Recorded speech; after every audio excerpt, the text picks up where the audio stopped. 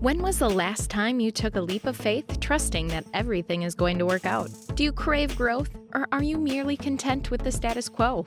If you want more out of your life, out of your career, and out of your relationships, you are in the right place. Take the leap and discover how to create a life by design rather than living it by default. Real success starts with you. Now here's your host, Colleen Biggs.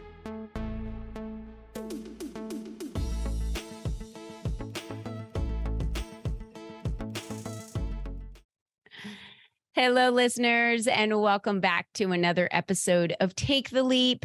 I am your host, Colleen Biggs, and I'm really excited about today's guest and our conversation because I am an author and I do have several books that I have written, and I have worked on #1 best-selling campaigns, and then now they're on a bookshelf. And sometimes I say to myself, now what?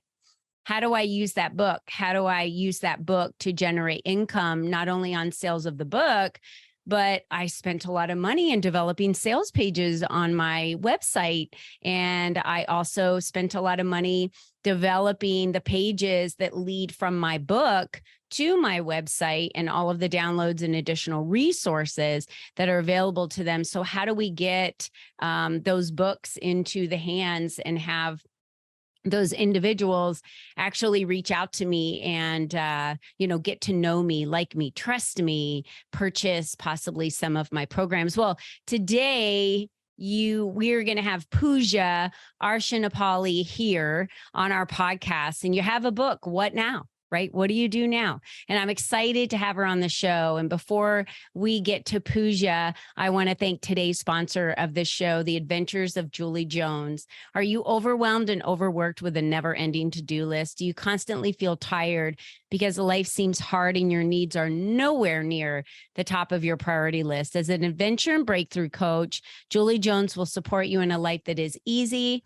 effortless, and most of all, fun. Stop spending time on the have-tos in life and start truly living a life of I get to. What are you waiting for? Take action and go to juliejones.biz and book a free 30-minute Live Out Loud call with Julie Jones. All right, now let's get back to Pooja. And I'm really excited to introduce her. She's the owner of The Novice, where she specializes in helping authors and coaches with positioning themselves as an expertise in their field. In today's digital landscape, having a strong social media presence is crucial for any business looking to succeed and stand out from the competition. Pooja is dedicated to creating customized strategies that position her clients as industry leaders and thought experts in their respective field. Coming out of St. Louis, Missouri, she's crafted engaging content to build a loyal following. She provides coaches and authors with the tools and knowledge needed to thrive on social media. Pooja, welcome to today's show. Thank you for having me on. Yeah, it's really great to have you here. So I'm sure that comes up a lot in you working with coaches and authors. They think they're going to write a book, and I'll tell you, you write a book to make an impact. And when you do a bestseller campaign, maybe you sell, 400, 500, 600 books. But then after that #1 bestseller campaign's over with, and you've kind of marketed it, what now? Is that like the common thing that you find coaches when you meet them or authors? They're like, yeah, I have books. What do I do with them? Do I just hand them out? Do I sell them? But how would you say that you got into doing this and seeing the need here? So yes, it is a very common problem is when they're wanting to publish a book, whether it is to establish themselves for credibility, to get more speaking engagements, a lead generational tool. But then once they have the promotional material, now what? Because marketing is an ongoing expense, and they kind of have to do it themselves. And it's they have to be consistent about it. And it's pretty hard to generate sales directly from the book solely. And I think that's the problem that a lot of people face. And especially if you self-publish, you're kind of relying on Amazon. the sales on Amazon, and it can work, but it's also a struggle as well to rely solely on Amazon providing the sales for you. So what I help with, I think that's super dangerous, Pooja, because honestly, they're not out there promoting you. And B, you get very little, like $1, if one of your books is sold. It's a very small percentage. So I would never have a coach or a speaker or anyone that I knew that had a book suggest ever that they rely on Amazon. But you're right. I'm sure a lot of coaches and authors are relying on Amazon to promote that, and they don't. So let's just wake everyone up right now and say that doesn't happen. And the share that you get on that book is so small from the sale of that book. So go ahead. So I think it's more of like trying to position your book as a lead generational tool and then having to integrate it into other opportunities that you already do. So it's not just, oh, buy my book just to get to know me, but it's more of like, here's a reference tool. I created a webinar, but if you want to know more information, buy my book. So it's not just relying on the Amazon algorithm for people to find you, and you're incorporating it into other opportunities that you already have in what you do. Yeah, I like that you said that. So you said, create it to be a lead gen for you. So what are some of those ideas that you have on creating it to be a lead gen? So the first one I heard you say was they do a workshop. And then you said you got the information from the workshop. And then the next part of that sales funnel could be, here's the rest of the information that's going to dive deeper in this book as a continuation of that workshop that I did. Is that right? Correct. And then sometimes people use their book as frameworks of like different principles that they are already teaching or coaching people with. And so you can still use the same principles and be able to have the same principles in other opportunities, such as like podcasting, webinars, but you just don't give everything away. And then you kind of just like lead your audience and make them more interested in what you have to say, because you're providing some value up front before. And then people are more interested to want to learn the rest of what you have to say in the book that you presented. Yeah, I've seen a lot of coaches actually utilize their books as like workbooks. So they'll utilize the book in their coaching practices. So they might give the book as a value add to, as a bonus value add to a client, or give it to someone as a potential client because they want them to be able to read a little bit more about the substance of the work, right? Especially if it's a workbook. And that might entice them, especially if you follow up with them in them working with you in the future as well. So I've seen that work in several instances for sure. I think having ongoing books that allow you to learn, reflect after every chapter, right? Where you're having to now apply what you've just learned or read back to yourself. And then having some type of system set in place where if someone does purchase a book of yours, that there's a follow-up and a nurturing sequence that connects you to that person so that you're nurturing them through that journey that they're going on with your book. Right. And I think that it's just a lot easier for people to want to just rely on like just the marketing aspect. But I think also it makes it like long term, like it's a lot easier or a lot more of a easier streamline in the long run to then put it into or integrate it into other streams. I think at first a lot of people may not want to or may not understand, because it does take a lot of work and it takes a lot of time to figure out how to do all of those lead generation, like the step-by-step process of how to get people and how to make it come off like you're not trying to sell people right up front. That can be a difficult process, but it does help in other ways. And it makes it kind of more of like a circular where it's not just like, oh, just buy my book versus like, here are 3 different options for people to guide them to your book. And you're basically educating them on different valuable things that you have done with your services and what you have to offer as a business. Okay, what would some of those be? Because that totally threw me for a loop right there. So when you're talking about other resources and linear ways to your book, is the book like the center of that? And then there's like a wheel and a spoke. And so those different lines lead them into different programs you have. Does it start with the book, or does it start with a social media post, and then you lead them to the book, and then that leads them again now into other programs or offerings that you may have? So I think that in general, I would say like initially the book is kind of like the start when people don't know who you are. It's probably one of the most affordable ways to get people interested in like what you do.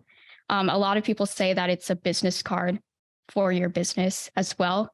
But I think that there's so many touch points that people have with a service provider or a coach or anyone who does business that like someone might find you from a webinar or someone might find you from a podcast. So your book is not the forefront of every single touch point of what you do.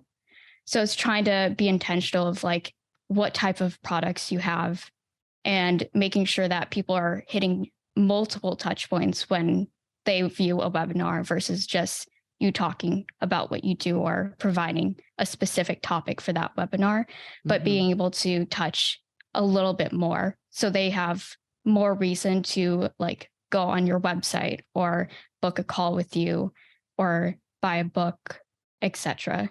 Yeah.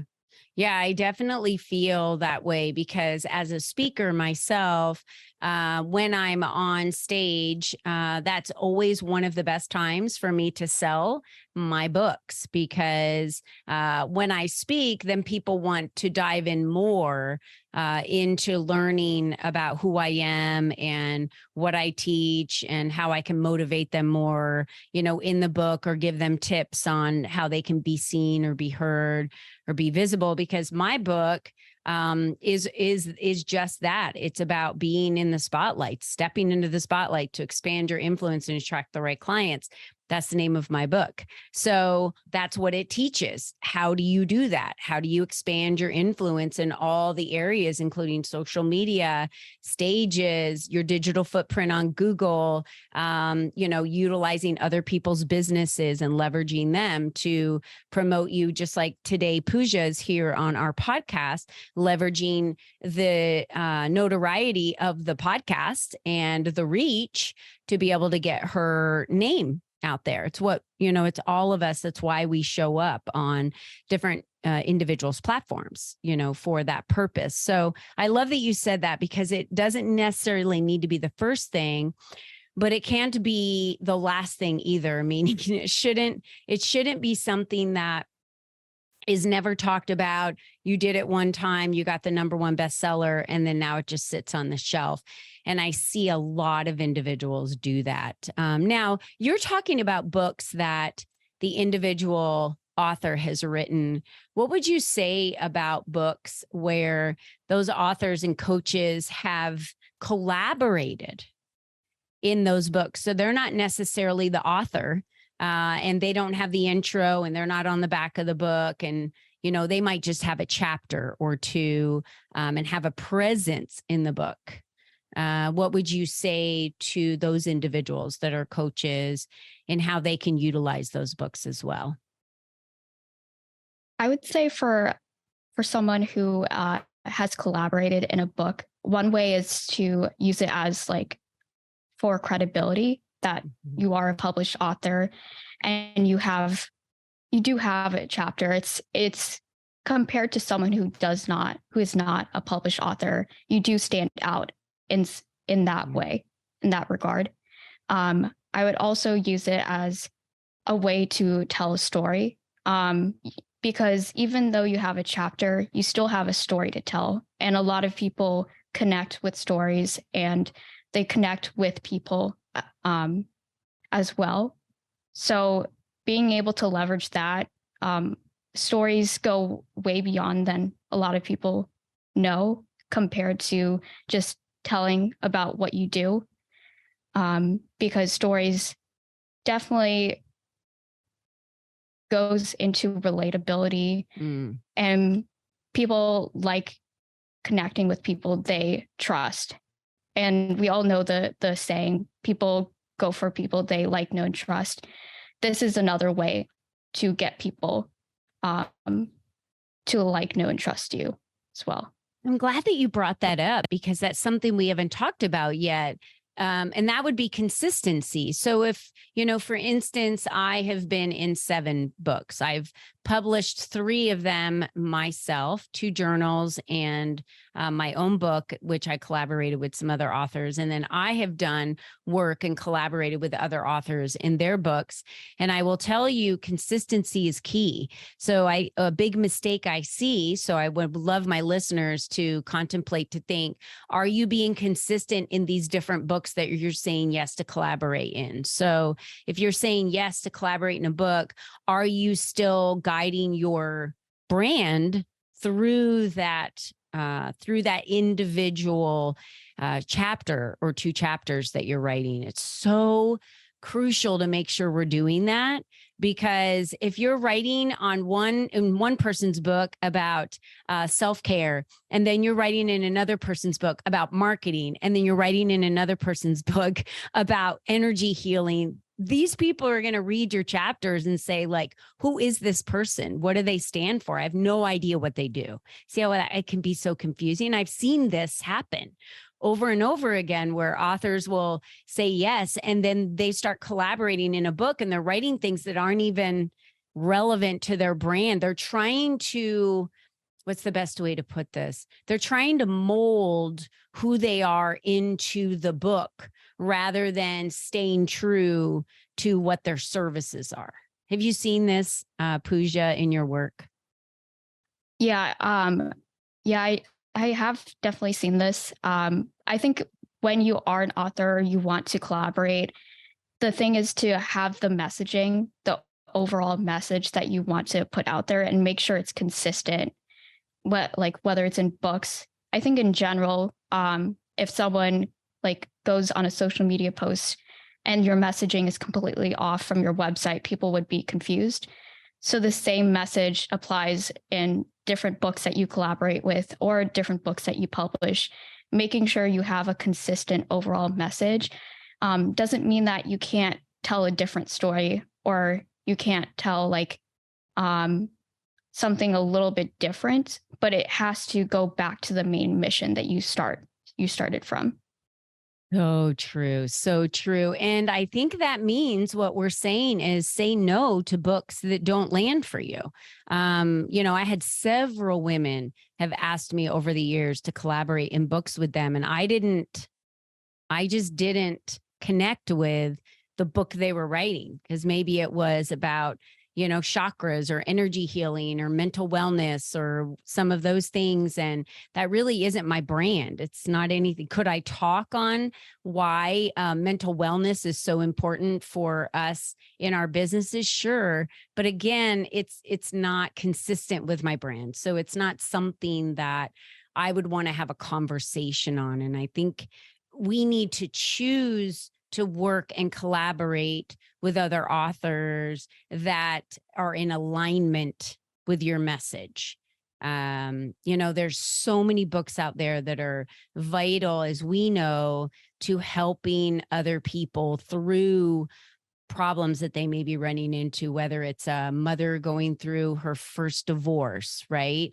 Or someone who's dealing with people pleasing and is reading a book on how to recover from that, or someone that might be recovering from addiction or whatever it is. We know there are books out there, and we've read all these books ourselves in the areas that we need to grow. I love personal development group books. Pooja, are you a big fan of personal development books? Yes, I do read a lot of personal development books, but I think for me, it's like there's just so many stories, and um, just because it's said once doesn't mean that you can't say it again. Or like I know a lot of people. One of the things that prevent people to write a book is why me? What makes me stand out?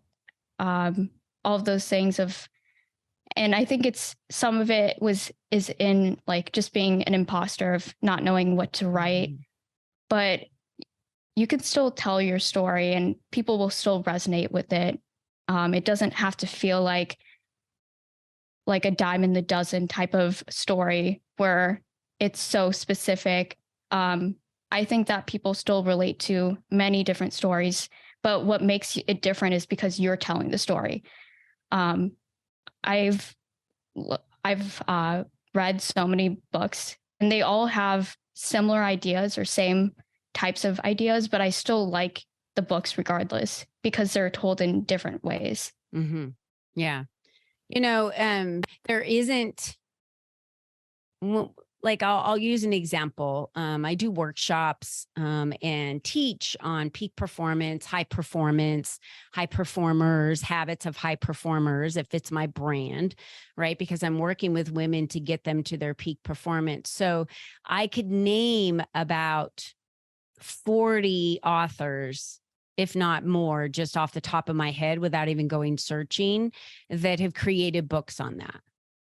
Now, why would I want to create a book on it, or why would I want to do a workshop on it different than anyone else? It's because my experience, my knowledge, my past, my history, everything, my skill sets, I'm going to share that message a little bit differently and might give different tactics or tactical pieces on things that you can do. But again, you just resonate. We resonate with different authors, with the way they speak, with the way they tell their stories, with the way their past is, and how they connect their stories with the subject at hand.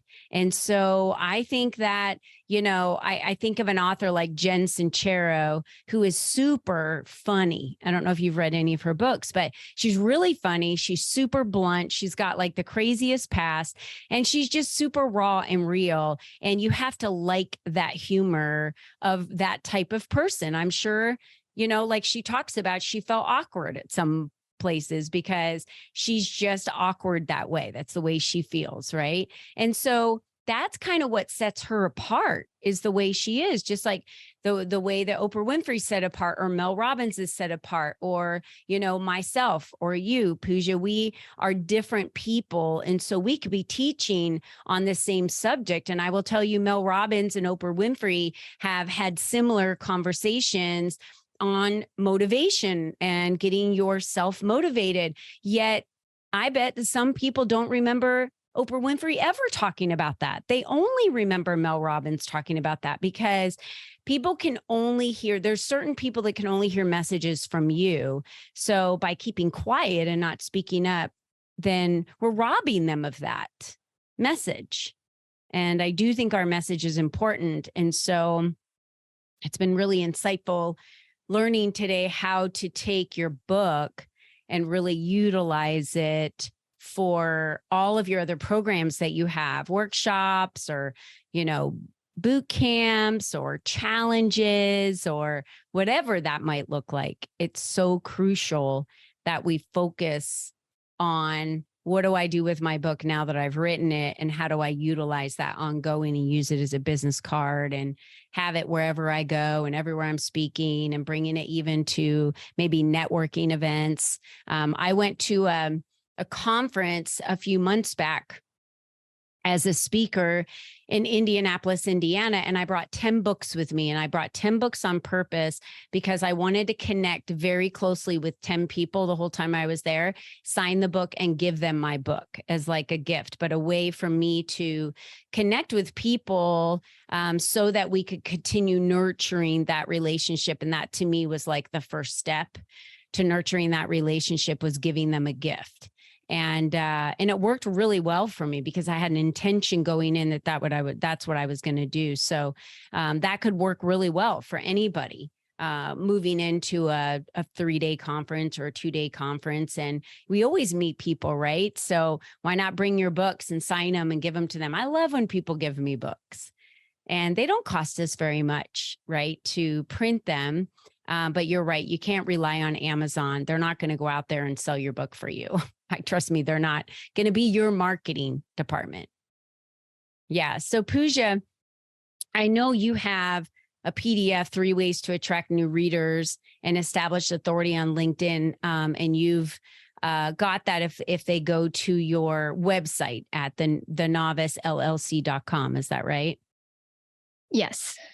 I would say like this is more for people who just want to, before this could apply to people who are an author or just starting to be an author who doesn't have a book right now, but it's more on the figuring out the messaging and getting your LinkedIn profile ready, how to create engaging content, just like the basics and different ideas that you can apply today. So you're able to get your message and be able to be consistent. Okay, good. So if you're not an author yet, but you're maybe you're starting to collaborate with someone of becoming an author, you want to be an author, or you're a new entrepreneur and you really haven't set up your LinkedIn, you're not really sure what your messaging is or how you should be consistent with that message, you're going to be a great candidate for downloading this PDF, and it's the novicellc.com. You can also find Pooja on LinkedIn, Pooja Arshanapally. You can find her there. And then you said at the bottom of your website, you have the opportunity for someone to sign up for your newsletter as well so that they can stay connected with you. Yes. Yeah, we only scratched the surface today on Pooja. She's worked with my clients in ChatGPT, in really dialing in messaging, and she's just really a hidden gem out there. And so let's not keep her hidden anymore. I think it's time that everyone needs to know who Pooja is, so that she can get out there and work with you and assist you in increasing your social media presence and LinkedIn presence. She had a full-time job in social media marketing. She has a full background in doing this on a regular basis. And so I'm excited that she stepped into entrepreneurship to help more entrepreneurs really dial that in, because I think that's an area, Pooja, that many entrepreneurs struggle with, is working on that. Yeah, I agree. Also, it's just like very tedious, and there's so many different variables when it comes to social media content creation. So I understand why people are very like afraid of even starting in that process. Yeah. I totally get it. And a lot of people say, oh, I hate social media. And I say it's here to stay. So hey, change your perspective, flip it upside down, enjoy it, embrace it, and make it your friend. And then that way you'll have a good time with it, because you can have a lot of fun with social media. My husband's birthday was yesterday, and I posted about 5 or 6 times on social media and just told everyone like, hey, he's my favorite person. Here's some photos of him. Follow us for our adventures today. And every stop that we went to, I took a new photo and uploaded something new about what we did and why we went. And then today I'll be posting something about how my mental health is like feeling amazing today, just having that half a day that we took from noon to 7 and just spent time together out doing things that weren't work. We talked about work, but that weren't work, and just had like a fun play day. And it was a lot of fun. And I think that for our mental health, for those of us, especially if you're driven like I am and you're plugged in and working, very intently every single day in your business, that unplugging and having that time in the middle of a week is just fun to go out. You'd be surprised, like how many people aren't out in the middle of the week at 2:00, so it was a lot of fun, and you feel like you're playing hooky so anyway, Pooja, it's just been a lot of fun having you here on the show. If you guys are interested in reaching out to Pooja, you can also reach her at hello@thenavicellc.com. Of course, her website, thenavicellc.com. And then Pooja, you can find her on LinkedIn as well. Any last words, Pooja, that you would love to leave with our listeners before we wrap up? I want to first say thank you so much for having me on this podcast. And I think when people are scared to take the next step is I know a lot of people focus on the risk that next step entails, but I want you to think about what are the consequences of not taking that risk and try to move forward with that. Because the rewards are just on the other side of that, isn't it? Absolutely, it is. There's so many amazing things that could happen versus, not taking the risk. So wonderful way to leave our podcast today. And I want to remind all of our listeners, you're the only you that's ever been. That's right. And you're the only you that will ever be. This is your time. Pooja took the leap. She left corporate America. She became an entrepreneur. What is the leap in your life that you're holding yourself back from? Do you want to write a book? Do you want to get out there and promote your book more? Now is the time to do that. And as she just said, don't hold yourself back with all the negativity. What are the positive things that could happen? And the reward about that is just on the other side of it. So thank you everyone for joining us today. Had a wonderful conversation with you, Pooja. Thank you so much for being here and for all you've done for the LEAP community, and for all of you that are looking for more visibility, to be seen, be heard, and be visible. Make sure you go to ColleenBiggs.net, click on community, and join the community today so you can be interviewed and be in the spotlight everywhere, all the time, anytime. Again, thank you for joining us today. And until next time, be you and be strong. Bye-bye for now.